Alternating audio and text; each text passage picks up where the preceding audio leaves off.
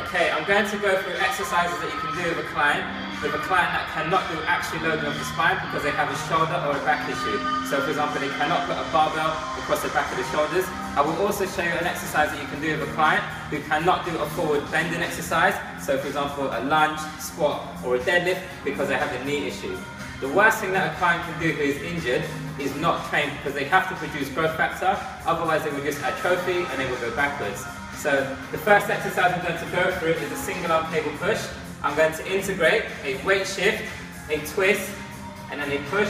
And this exercise allows you to add load to the structure and it is non-compressive. You are not adding load to the spine. So for the setup, I'm going to have my feet wide, my forearm is going to be parallel, and I'm sideways onto the cable. Now an essential part of the movement pattern is the weight shift. You want to push away with your foot that is closest towards the cable. So the weight shift will just be here. Okay, then on towards the twist. So for the twist, I'm going to fully rotate my back foot and slightly rotate my front foot and rotate my head the other way. So I'll start looking straight ahead.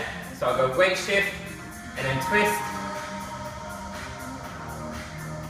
If you do not fully rotate your back foot, then you will not let your pelvis rotate naturally, and this can lead to forward trunk lean, which is something that you want to avoid because you want to keep the trunk upright. Now, the load on the cable is going to generate a lot of torque, and torque is the amount of force that is created. You want to avoid creating a lot of torque in your shoulder and your spine with a client that is injured.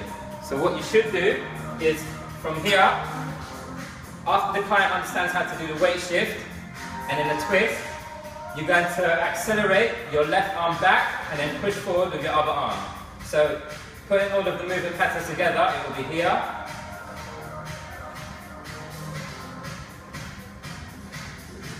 So your arm weighs approximately 7% of your body weight. So by accelerating your left arm backwards, you create a counter-rotational load which helps you accelerate your right arm forward, therefore it puts a lot less pressure on your shoulders and your spine. So that's just the first exercise that you can do with a client. It's a compound movement, it's a push, and you can help the client with their rehab.